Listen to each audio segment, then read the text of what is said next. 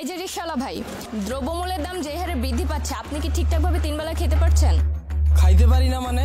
রিকশা চালায় আইফোন কিনা লাইছি, ডেইলি আমার ইনকাম 1500 থেকে 2000 টাকা।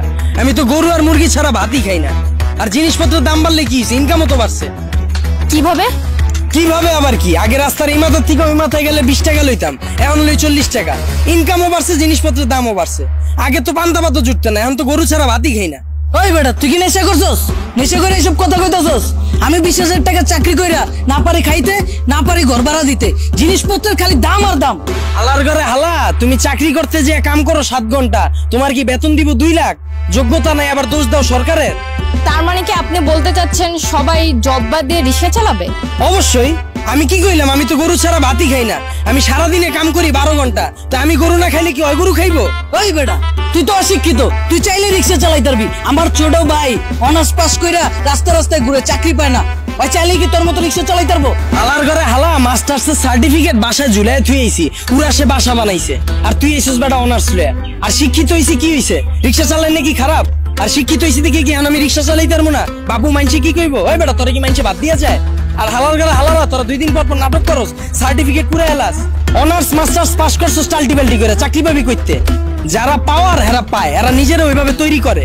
তোরা 10 লাখ বেকার ঘুরস কি লিগা? সরকারের দোষ দাস কি লিগা? তোরা যখন বুঝছস যে তগরে দিয়া পড়ালে হইব না, করতে গেছিস কে জোর কইরা? ও বুঝছি, সার্টিফিকেটের লেগা না? বিয়ার সময় যেন কইতে পারো যে আমি গ্রাজুয়েট, আমি ইঞ্জিনিয়ার, আমি শিক্ষিত। এসব বন্ডামি বাদ দিয়া তোর বাইরে রিকশা লয়ে বেরিতে কর। তার মানে আপনি কি বলতে চাচ্ছেন, আপনি নিজেও অনার্স মাস্টার্স কমপ্লিট করছেন, কিন্তু নিজেকে ওইভাবে তৈরি করতে পারেননি, যার কারণে আপনার জব হয়নি? হ্যাঁ অবশ্যই, মিছা কথা কমুকে। আমি নিজের ওইভাবে তৈরি করিনি, আমি জবও পাইনি, আমি রিকশা চালাই না শুরু করছি। আর এই যে 10 লাখ বেকার ঘুরতেছে, একটাও কি বুকে হাত দিয়ে কইতে পারবো নিজে সর্বোচ্চ চেষ্টা করছে? আর এই যে 10 লাখ বেকার ঘুরতেছে, একটা বুকে হাত দিয়ে কইতে পারবো নিজে করে ওইভাবে তৈরি করছে, নিজেকে সর্বোচ্চ চেষ্টাটা করছে, তাও চাকরি পায় নাই? সারা রাত খেলছে কার্ড, সারাদিন গার্লফ্রেন্ডের সময় দিছে, ওরা চাকরি পাইবো করতে? যারা পাওয়ার হেরা পায়। আর গ্রাজুয়েশন কমপ্লিট করছিস, ভালো কথা, বই আর কে? ব্যবসা কর, উদ্যোক্তা হ, ঝুঁকি ল, 1000 মানুষের লেগে রাস্তা খোল, এসব বন্ডামি বাদ দে। আপনি খুবই গুরুত্বপূর্ণ বিষয় তুলে ধরেছেন, কিন্তু বাংলাদেশের মতো এরকম গরিব দেশে দ্রব্যমূল্যের দাম বাড়াটা কি স্বাভাবিক? ভাই খারান, এই দেশ গরিব দেশ কেটা কইছে আপনাদের? এই দেশে 150,000 কোটি টাকার সিগারেটই বিক্রি হয়। বিশ্বের ভিতরে 5 নাম্বার বিড়িখোর বাংলাদেশ।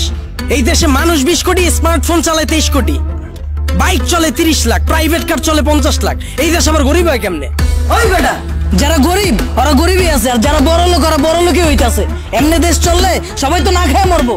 হালার ঘরে হালা, 1974 সালের পর থেকে এখন পর্যন্ত কেউ না খায় মরছে? তুই তোর নিজের বুকে হাত দিয়ে কইতে পারবি এখন পর্যন্ত কোনো একবেলা না খায় রইছস? হালার ঘরে হালা, 3 বেলা তো ভাত খাসি, লগে আবার বিকালের নাস্তাও মারাস।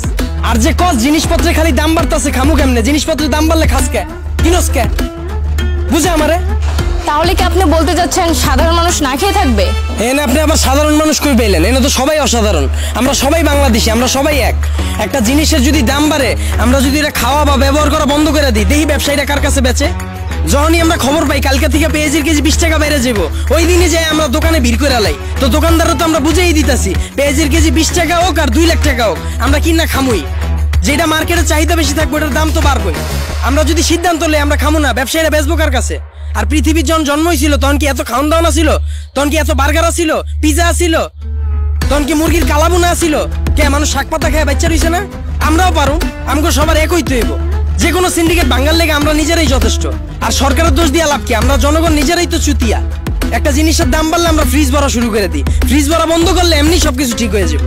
ধন্যবাদ ভাইয়া।